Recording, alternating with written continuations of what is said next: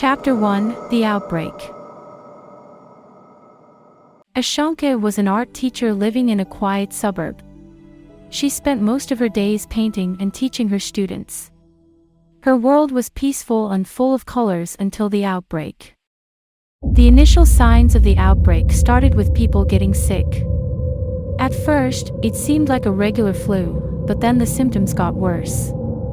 People were coughing blood, and their skin turned pale. The hospitals were overflowing with patients, and the government didn't know what to do. The situation quickly escalated when the infected started attacking people. It was like something out of a horror movie. Ashanka witnessed the first zombie attack when one of her students turned into a monster and attacked her. The chaos that ensued was unimaginable. People were running in every direction, screaming and trying to escape the infected. Ashanka realized that she needed to flee for safety. She gathered a group of survivors and together they made their way out of the city. They didn't know where they were going or what they would find, but they knew they had to keep moving. Ashanka and the survivors drove for hours, looking for a safe place to stay. They passed through abandoned towns and cities, where the streets were empty and the buildings were destroyed. They were constantly on the lookout for the infected, who seemed to be everywhere. Finally, they came across a small village in the middle of nowhere. The villagers were suspicious at first, but they eventually let them in. The survivors were grateful for the shelter, but they knew that they couldn't stay there forever. They needed to find a way to survive in this new world, where the dead walked and the living were hunted. Ashanka looked at the group of survivors and realized that they were all she had left. Her family and friends were gone, and she was now responsible for the lives of these strangers. She knew that they needed her guidance and her strength, and she was determined to keep them alive. With a heavy heart, Ashanka made a vow to herself that she would do whatever it takes to survive and protect her new family. The world may have been overrun by zombies, but they would not let it defeat them. Chapter 2: Fortifying the Base. As the days passed, Ashanka and the survivors worked tirelessly to fortify their new base and make it more secure. They reinforced the walls, set up traps and barricades, and established a system for rationing their limited resources. Despite their best efforts, however, conflicts began to arise within the group. Some members disagreed with Ashanka's leadership and wanted to make decisions on their own. Others were frustrated with the limited food and water supply, and tensions began to rise. Ashanka did her best to keep the group united, but she knew that the real threat was outside the walls. One night, a horde of zombies descended upon the base, drawn by the sounds of their activity. The survivors fought bravely, using their weapons and traps to repel the attack. But they also realized that they were not alone in this new world. Rival survivor groups began to appear, vying for the same limited resources and territory. The survivors knew that they needed to be prepared for anything, and they continued to fortify their base and hone their skills. As the chapter came to a close, the survivors successfully repelled another attack on their base, regaining a sense of security and hope. They knew that the road ahead would be difficult, but they also knew that they had each other, and that together, they could survive. With renewed determination, Ashanka and the survivors faced the challenges of this new world, ready to fight for their lives and their future. Chapter 3: Scavenging for Supplies. As the days passed, the group realized that their supplies were running low. They needed to venture out of their fortified base to scavenge for more resources. Ashanka and a small team set out, armed with weapons and supplies to gather food, medicine, and ammunition. As they traveled, they encountered new survivors. Some were friendly and willing to help, while others were hostile and dangerous. The group had to be cautious and make tough decisions about who to trust.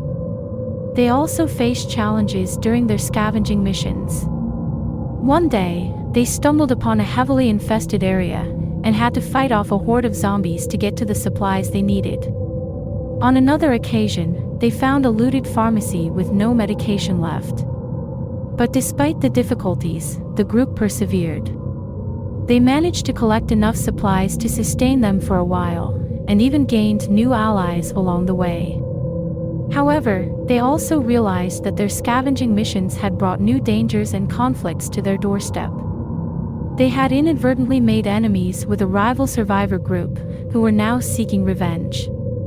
As they returned to their base with their supplies, Ashanka and the group knew that they had to remain vigilant and continue to work together if they were to survive in this new world. Chapter 4: Betrayal. The group had been working well together, but a new conflict threatened to tear them apart. One of their own, a survivor they had welcomed into their group, was discovered to be secretly working with a rival group. The effects of this betrayal were immediate and devastating. The group's trust in each other was shattered, and everyone began to second-guess the motives of those around them. It seemed that danger was everywhere, even within their own ranks. Despite their shock and confusion, the group knew they had to act quickly if they wanted to survive. They had to come up with a plan to deal with the traitor and protect themselves from further harm. But the situation was complex, and the group struggled to find a solution. Some members argued for harsh punishment, while others advocated for leniency. Trust was so low that it was difficult to know who to believe or who to turn to for help. As the group weighed their options, they realized that whatever they decided, the consequences would be grave. They faced a difficult decision about how to handle the traitor and their potential consequences, and they knew that their future survival depended on making the right choice. Chapter 5: Facing the Enemy. The tension between the group and their rival group had been mounting for weeks, and it all came to a head in a final battle for survival. The two groups faced off, each determined to come out on top. The group knew that this battle would be one of their toughest challenges yet, but they were determined to utilize all of their resources and strategies to overcome the enemy. They planned and strategized, using their knowledge of the area and the enemy's weaknesses to gain an advantage. But the battle was not without its challenges. Unexpected zombie attacks disrupted their plans, and they discovered traitors within their own group who had been secretly working with the enemy. Trust was once again tested, and the group had to quickly adapt to the changing circumstances. Despite these challenges, the group fought bravely and utilized their strengths to emerge victorious. They had overcome their enemy and secured their survival for the time being. But as they looked around at the devastation around them, they realized that the zombie war was far from over. The group knew that there would be more battles to come and more challenges to face. They had to stay strong, stay united, and continue fighting if they wanted to survive in this new, dangerous world. The final chapter: Moving Forward. After the battle, the group took some time to reflect on their experiences and losses during the zombie war. They mourned those they had lost along the way and celebrated the victories they had achieved. But amidst the grief and the relief, a new idea emerged, the idea of a new hope for rebuilding and restoring humanity. The group knew that they couldn't just survive in this new world, they had to thrive. They had to find a way to rebuild and create a better future for themselves and for those who would come after them. With this new mission in mind, the group set out once again, this time in search of other survivors. They knew that they couldn't do this alone, and that they needed to band together with others if they wanted to create a better world. The journey was long and difficult, filled with challenges and setbacks. But the group persevered, using the skills and knowledge they had acquired during their time fighting the zombies. They encountered new dangers, but they also found new allies and friends along the way.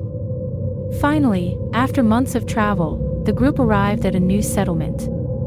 It was small and struggling, but it was filled with survivors who shared the same goal: to rebuild and restore humanity.